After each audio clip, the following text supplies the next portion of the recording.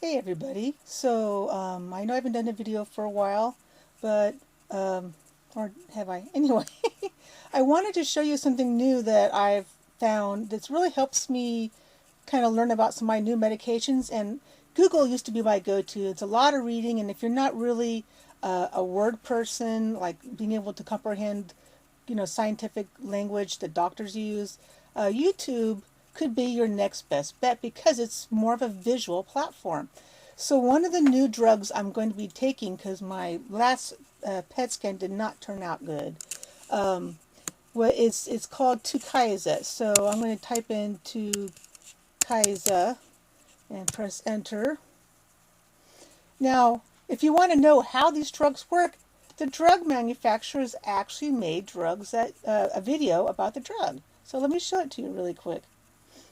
Tukysa is indicated in combination with trastuzumab and capecitabine for treatment of adult patients with advanced, unresectable, or metastatic HER2-positive breast cancer, including patients with brain metastases who have received one or more prior anti-HER2-based regimens in the metastatic setting. Please see important safety information at the end of this video and the full prescribing information for Tukysa.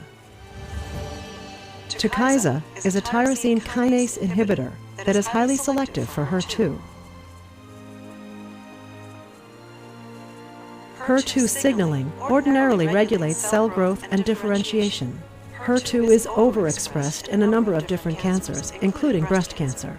When HER2 is overexpressed in breast cancer cells, downstream signaling triggered by receptor dimerization is highly active, increasing cell proliferation, cell survival, and metastasis. Tukysa and trastuzumab both target HER2 directly, but have distinct sites and mechanisms of action. Let's first take a closer look at how Tukysa works. As a small molecule, Tukysa passes through the cell membrane to target HER2 from inside the cell. Unlike pan-HER tyrosine kinase inhibitors that inhibit HER2 and EGFR with similar potency, Tukysa is over 1,000 times more selective for HER2 in vitro. Tukysa reversibly binds to the tyrosine kinase domain of HER2, diminishing PI3 kinase and MAP kinase signaling, inhibiting cell proliferation and triggering cell death. In contrast to Tukysa, trastuzumab inhibits HER2 signaling from outside of the cell by binding to its extracellular domain. Using Tukysa and trastuzumab in combination is a way to block HER2 signaling more comprehensively. In preclinical and clinical studies, Tukysa and trastuzumab together had greater anti-tumor activity than either drug alone. To summarize, in combination with trastuzumab, Tukysa comprehensively and selectively blocks HER2 signaling, resulting in tumor cell death by apoptosis.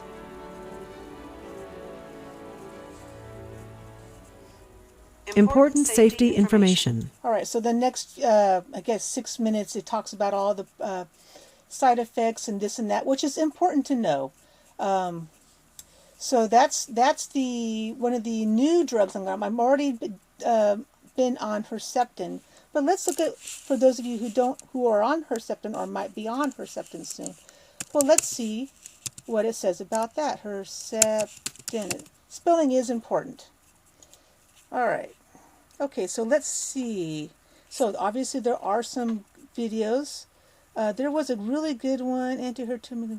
This might be the one here because it has a visual of what it's doing on the cell. So is this one too. It's a very short video. But as you can see, Google isn't the only place to get information. A lot of these, again, with anything, it's always good to get your information from more than one source. Always good. So let's see. This one says it's 5 minutes. Let's see what this one's any good. Worldwide, 1.6 million new cases of breast cancer are diagnosed each year, leading to over 500,000 deaths. That doesn't really do anything for me. 40 years ago in the UK,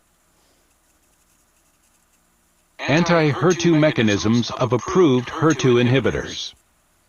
The development of many breast cancers are driven by the presence of HER2. HER2 is a transmembrane tyrosine kinase receptor which belongs to the family of the EGFR, epidermal growth factor receptor. Its unique feature, which differentiates it from the other members of the family, is the absence of a known ligand. HER2 is overexpressed in 25 to 30% of human breast cancers and has been determined to be an adverse prognostic factor.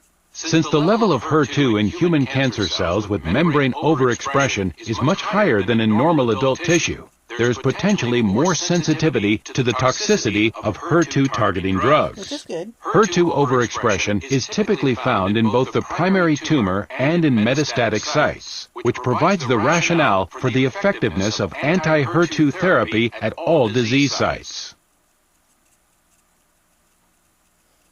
Trastuzumab.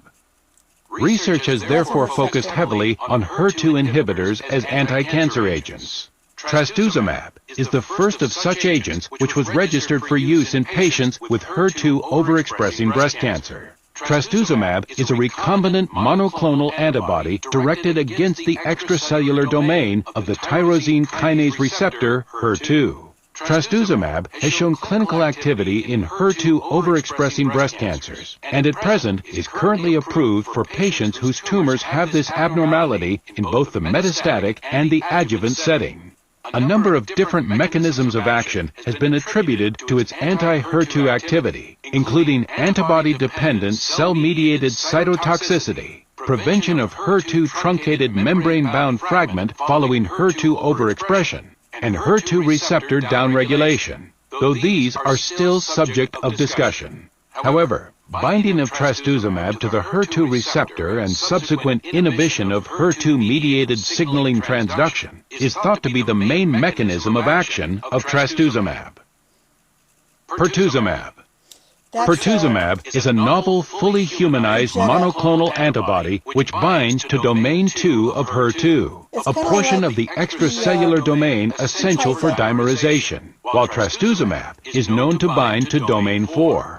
This binding of pertuzumab efficiently sterically blocks ligand-induced homodimerization and, importantly, HER2-HER3 heterodimerization, which activates downstream survival signaling through pathways such as phosphatidyl-inositol 3 kinase PI3K-AKT, whereas trastuzumab has only a minor effect in the presence of a ligand.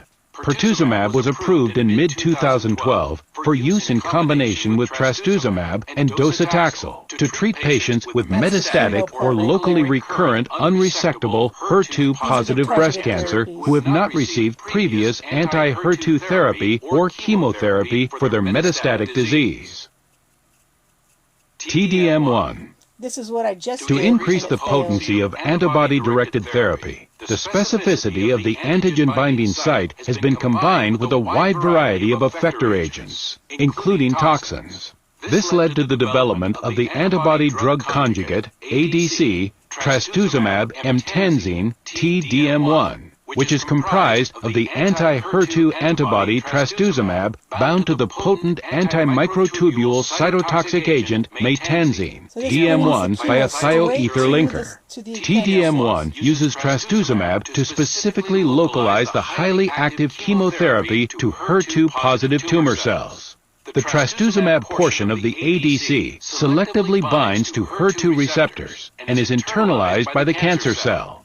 In addition to the anti-tumor activity initiated by trastuzumab, once internalized by the cancer cell, trastuzumab and the linker are degraded through lysosomal degradation, and DM1 is selectively liberated, causing cell cycle arrest and apoptosis through direct inhibition of microtubule assembly and polymerization. The linker has been specially designed to prevent DM1 from detaching from trastuzumab prematurely. This may lead to a reduction in the size of the tumor. As trastuzumab resistance remains a challenge to the management of advanced breast cancer, studies with TDM1 may offer an additional option for these patients. Responses to TDM1 in recent clinical investigations have been the basis of the recent FDA approval for TDM1 for the treatment of patients with HER2-positive metastatic breast cancer. So here's something important to keep in mind when you're doing your research is how old is it? So this video was made in April 30th, 2013. So it's, this is 2021. So it's 8 years old. 8 years old. Okay, so that's a long time in medicine term. Okay, but still, it still has important information. So like I was saying before, I've done the trastuzumab and the Perjeta. That's the first two they talked about. And then the third one, the TDM1, that's the one that just failed. I was one of the people who it didn't work for. And that's going to happen. Not every treatment you go on is going to work for everybody. So the next thing we're doing is the Tukysa, the Herceptin, which you already saw about.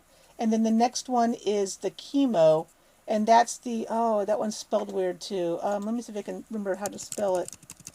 Let's see, cap. There you go. It's this guy here, but I don't want to pronounce that. I'm just going to use that for the spelling purposes.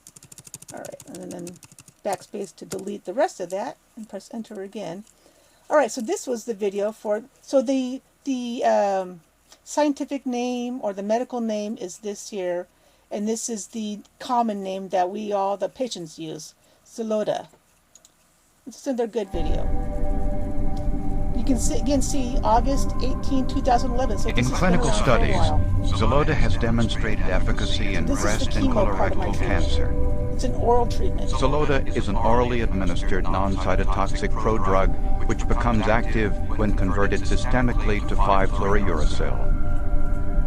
Xeloda is unique from other fluoropyrimidines in that it is preferentially activated by high levels of thymidine phosphorylase in tumor cells, resulting in high, sustained, and cytotoxic intracellular 5-fluorouracil levels. What are the molecular mechanisms underlying this selective cytotoxic effect? Following administration, Xeloda is absorbed in the intestine. Xeloda is preferentially activated in a 3-step enzymatic cascade. The first 2 steps occur primarily in the liver. Xeloda is first enzymatically converted to 5'-deoxy-5-fluorocytidine, or 5'-DFCR by carboxyl esterase. 5'-DFCR is then converted by cytidine deaminase to another intermediate molecule, 5'-deoxy-5-fluorouridine, 5'-DFUR. 5'-DFUR enters the circulatory system in the liver and is distributed throughout the vasculature, including the tumor's vascular supply. The third and final step preferentially occurs inside tumor cells where the enzyme thymidine phosphorylase converts 5'-DFUR to 5-FU. Xeloda therefore generates 5-FU in the tumor, which inhibits thymidylate synthase, a critical enzyme in DNA synthesis. This allows Xeloda to preferentially generate high levels of 5-fluorouracil within tumor cells. In a clinical study in colorectal cancer, patients who receive Xeloda had on average a 3 times higher concentration of 5-fluorouracil in tumor tissue compared to adjacent healthy tissue. So clinical studies have demonstrated thymidine phosphorylase is overexpressed in a wide variety of solid tumors. Thymidylate synthase is most active during S phase when cells are synthesizing DNA in preparation for cell division. Xeloda inhibits DNA synthesis and is therefore most active against cells that are in S phase. Cells which are not in S phase are less susceptible to any of its effects. Therefore, it is important to achieve sustained levels of cytotoxic presence within the tumor, so that all tumor cells are exposed to the cytotoxic effect when they enter S phase. Tumors contain a heterogeneous mixture of cells, with some dividing very rapidly and others more slowly or not at all. Prolonged cytotoxic exposure may be necessary for anti-tumor activity because cancer cell proliferation is highly unregulated. Because Xeloda is administered twice daily, 14 out of 21 days, sustained levels of cytotoxic activity are successfully maintained within the tumor. In summary, Xeloda achieves tumor cell kill through its cytotoxic activity, which is due to the preferential mechanism by which Xeloda is activated by thymidine phosphorylase within tumor cells.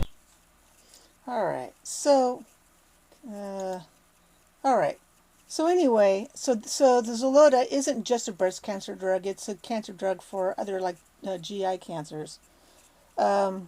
But you can see that YouTube can also be a place to really kind of better understand what your treatment's doing to your body and how to help your body help the treatments. Okay, so this drug is a little different than the other chemo that I've been on, the Taxotere. Taxotere is an IV. You can't take it pill form. At least I don't think it was available yet. But Taxotere it attacks the entire body equally. There's no selectivity about it. It does target faster growing cells, so that's hair, nails, stuff like that. But it's not so specialized as a Xeloda is. So the Xeloda is a little more picky where it goes, and then it releases its goodies once it's inside. My brain just went dead. Sorry. But as you saw in the video, the concentrations in cancer cells are much higher than non-cancer cells, and that's what you really want. So this chemo is going to be like kind of a soft to medium chemo, not as soft as the chemo that was on the TDM1 that didn't work for me. So maybe that's maybe I need the little bit harsher stuff for it to kind of keep things under control. Hopefully it'll help the left lung stuff. There's a lot going on around and in the left lung. We don't know for certain 100% that the stuff in the left lung is cancer, because there was question in the scan, which I don't have yet still, whether or not that's infection or not, or inflammation, which is entirely possible because I do have a mixed connective tissue disease, which is an autoimmune disease, and it can attack the lungs. So, which I've contacted my rheumatologist, and hopefully he'll take a look and say, hey, that might be, let's do this test, or it's not, it's definitely cancer, don't worry about it, and just continue on with this. But my pleural effusion, which I will be able to show you once I get my scan, it's pretty moderate. It's been mild to, really mild for the last 6 months, and I'd almost say it tripled in thickness. It explains why I'm having some chest tightness, some shortness of breath, a little bit of wheezing. It's not horrible. I'm still able to be active, but it's just I have to push myself a little bit more to get stuff done because I get short of breath pretty easily. But no lightheadedness, no real dizziness. The neuropathy is just kicking my butt. My feet hurt like mother. But hopefully now that I'm off of the TDM1, the neuropathy tends to reverse itself. So that will be great. But otherwise, as soon as I have the DVD,